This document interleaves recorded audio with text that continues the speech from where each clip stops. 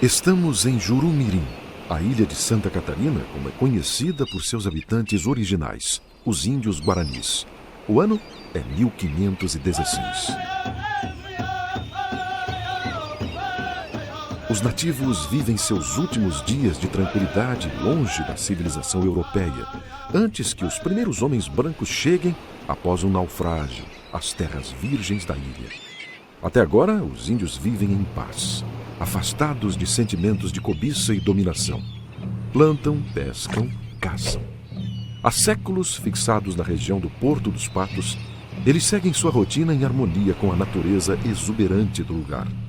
Em pouco tempo, sua vocação andarilha será usada pela ambição dos conquistadores que arrastarão centenas de índios na aventura de penetrar na América do Sul em busca de riquezas.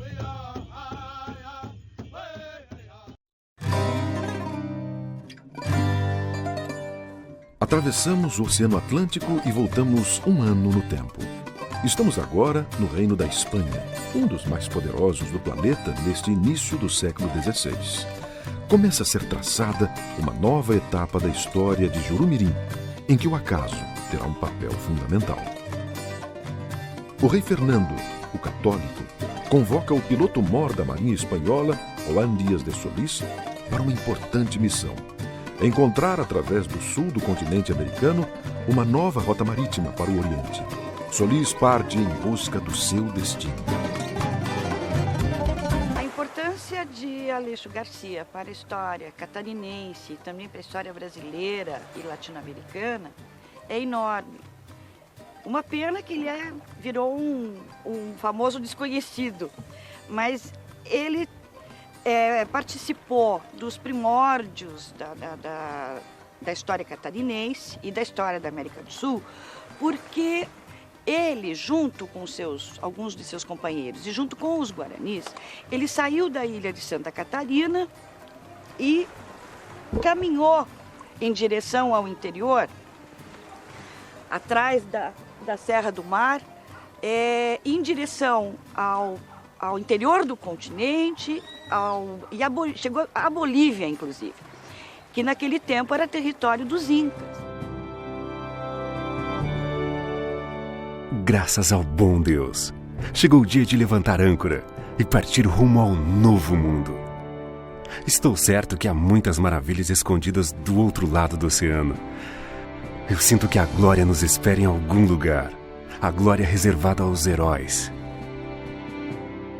À frente de 3 embarcações, Juan Díaz de Solís chega ao Atlântico Sul em 1516 e descobre o Mar Doce, que virá a ser chamado Rio da Prata. Entre os 60 tripulantes escalados para a viagem está o português Aleixo Garcia. Ele e um pequeno grupo de marinheiros serão os primeiros europeus a viver em solo catarinense. Juntos, escreverão os primeiros capítulos de uma nova era na história da ilha e de seus arredores, o chamado Porto dos Patos.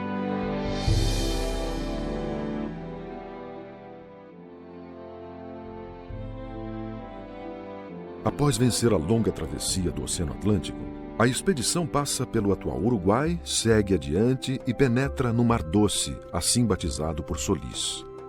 Na margem norte do rio, os navegadores avistam índios e o comandante resolve desembarcar, acompanhado de poucos homens. Eles não imaginam como serão recebidos. Todos são mortos e devorados, exceto um deles, que é capturado pelos nativos. Depois de observarem o fato sem nada poderem fazer pelos companheiros, os sobreviventes iniciam o regresso à Europa. Os contratempos, no entanto, ainda não terminaram. A desgraça parece rondar a expedição. Durante a volta, uma das 3 embarcações ficará para trás, vítima de um naufrágio, às margens de Jurumirim. Chegando aqui na entrada da Bahia Sul para se abastecerem, para voltar a retornar à Espanha, eles acabaram pegando um tempo ruim e uma das galeotas acabou naufragando. Dessa galeota que naufragou, existe uma controvérsia se sobreviveram 11 ou 15 tripulantes. Um deles era o Aleixo Garcia. Concluímos a travessia do Atlântico, mas a tragédia anda sempre à espera de uma oportunidade para acontecer, mesmo na calmaria. Hoje, fomos testemunhas de um terrível massacre. O comandante Solis e um grupo de marujos desceram na região do Mar Doce e foram recebidos por canibais impiedosos. Eu assisti tudo da minha nau, ancorada ao largo da costa. Os homens foram devorados pelos nativos. Eram muitos índios e nada pudemos fazer por nossos infelizes companheiros. A nossa expedição está encerrada. É tempo de regressar à Espanha. Esquecida pelas outras embarcações, a terceira nau, que leva 18 tripulantes, enfrenta uma tempestade quando passa pelo extremo sul de Jurumirim. A retardatária não resiste à força do mar e vai a pique, perto da ponta dos naufragados. 11 marinheiros, entre eles Aleixo Garcia, conseguem nadar até a praia, onde se deparam com índios guaranis. Para sua sorte, aparentemente, os nativos não comem carne humana, ao contrário dos índios que habitam as margens do Rio da Prata. Depois de sobreviverem ao naufrágio, os europeus também resistem ao desterro forçado, graças à inesperada hospitalidade dos habitantes da região. Aleixo Garcia acabou naufragando com outros companheiros no sul da ilha, provavelmente. Foi até muito bom, digamos, para o Aleixo Garcia que essas tragédias tivessem acontecido, porque ele acabou vivendo na ilha durante 6 ou 7 anos, num paraíso, e acabou fazendo amigos entre os índios, e os índios gostaram dele. Aleixo Garcia se adapta bem ao modo de vida dos índios, aprende o seu idioma, passa a ser admirado e logo é considerado um amigo especial pelos nativos. Sua capacidade de adaptação e comunicação pode ter fortalecido a crença dos guaranis que associava certos homens brancos a deuses. O navegador se torna um catarinense adotivo, vivendo 6 anos entre os índios e se casando com uma nativa. Da relação entre o português e a Índia, nascerá Aleixo Garcia Filho, a primeira semente de um futuro estado formado por etnias de todo o mundo. Eu não pude resistir aos encantos da mais bela mulher que vi em toda a minha vida. E pensar que tive que atravessar o oceano para encontrá-la. Nosso filho vai nascer por esses dias. Terá o mesmo nome do pai. Agora, posso dizer que pertenço de fato a esta tribo. Aqui é o meu lugar.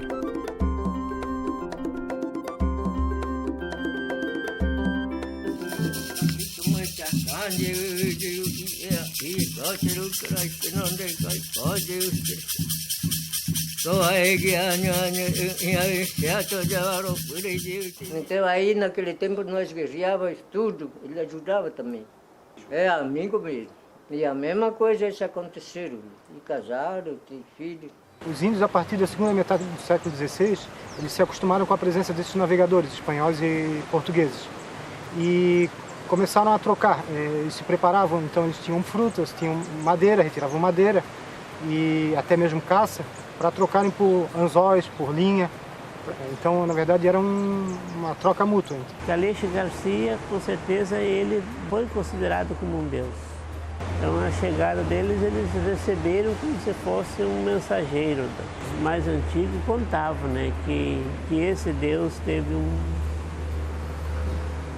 teve casado com uma índia aqui, teve seu filho, e que também eram considerados como uma dádiva, assim, e que esse filho, tanto ele como o filho dele, eram chamados de Caraí, né? Pessoas consagradas.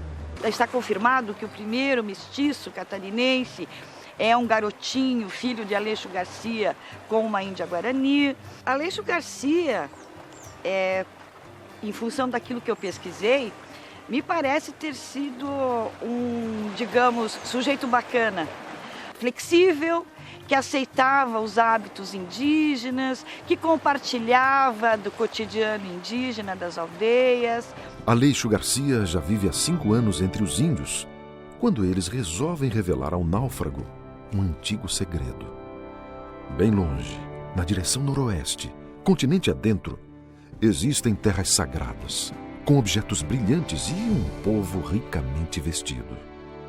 Os nativos mostram alguns desses objetos e o navegador comprova que são feitos de prata legítima. Os guaranis, assim como outras tribos da mesma etnia, passaram séculos desbravando as terras do continente sul-americano, fosse por espírito de guerra, crença religiosa ou hábito migratório. Nessas incursões, utilizando o chamado Caminho do Peabiru, atravessaram o atual Paraguai e chegaram até as montanhas andinas. No Alto Peru, atual Bolívia, a milhares de quilômetros da costa catarinense. Lá encontraram o Império Inca, próspero, desenvolvido. Nesses encontros, os dois povos estabeleceram relações comerciais, mas também guerrearam, mataram, morreram. Na última incursão, os Guaranis do Sul foram expulsos pelos Incas, mas trouxeram consigo objetos de valor. Algumas dessas peças foram parar nas mãos dos nativos de Jurumirim e do Porto dos Patos. Agora, o segredo dos Guaranis também pertence a Aleixo Garcia. Movido talvez pela ânsia de fortuna e glória, ele não tarda a organizar uma expedição até aquele lugar distante, desconhecido e repleto de riquezas. Ilhado há tanto tempo, não quer perder a oportunidade de enriquecer e, quem sabe, gravar seu nome na história das conquistas europeias. O desejo do português de atingir as terras sagradas é tão forte que ele decide enfrentar os riscos da empreitada. Sem qualquer ajuda oficial ou exército organizado, Aleixo será em breve o primeiro europeu a pisar em território inca, no coração da América do Sul.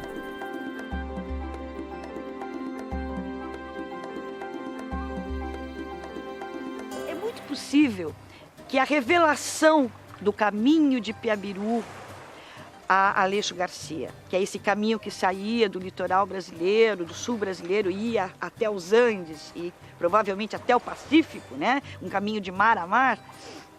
A revelação desse caminho, o fato de os guaranis terem mostrado para o Aleixo Garcia peças incaicas de ouro e prata e outros metais que eles tinham trazido dos Andes, eles guaranis, mostraram isso a ele, outra grande prova de confiança. Entre 1522 e 1523, Aleixo Garcia deixa Santa Catarina rumo ao interior do continente sul-americano. O desbravador parte acompanhado de centenas de nativos, entre eles mulheres e crianças, e de 4 dos seus companheiros sobreviventes do naufrágio de 1516. Os outros europeus preferem esperar na aldeia Guarani. Os expedicionários vão até a altura da atual Barra Velha e de lá adentram o caminho do Peabiru, às margens do rio Itapocu. Atravessam o que hoje são os estados de Santa Catarina e Paraná. Cruzam rios e enfrentam a mata densa com suas armadilhas e perigos. Passam pelo atual Paraguai, chegam à Bolívia. No caminho, encontram várias tribos indígenas. Lutam com algumas, reúnem objetos preciosos e seguem em direção aos Andes. No entanto, a reação organizada do Império Inca barra o avanço da expedição. Aleixo Garcia é obrigado a fugir e inicia um longo e penoso regresso ao Porto dos Patos, onde jamais pisará de novo.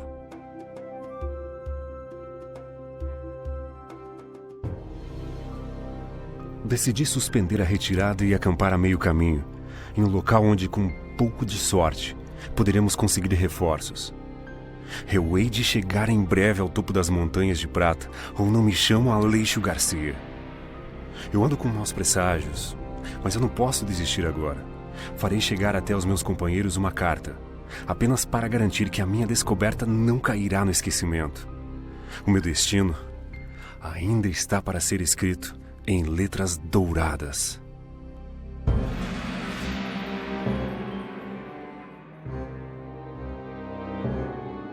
A volta é talvez ainda mais arriscada que a ida. Na tentativa de diminuir os riscos, parte do regresso é feita por caminhos diferentes. Mas a expedição de Aleixo Garcia tem de enfrentar a fome, o cansaço e novas batalhas com os índios da região. Além disso, transporta agora um razoável volume de riquezas saqueadas durante a primeira parte da viagem. Enfim, os desbravadores catarinenses chegam ao Paraguai, onde Aleixo decide montar um acampamento.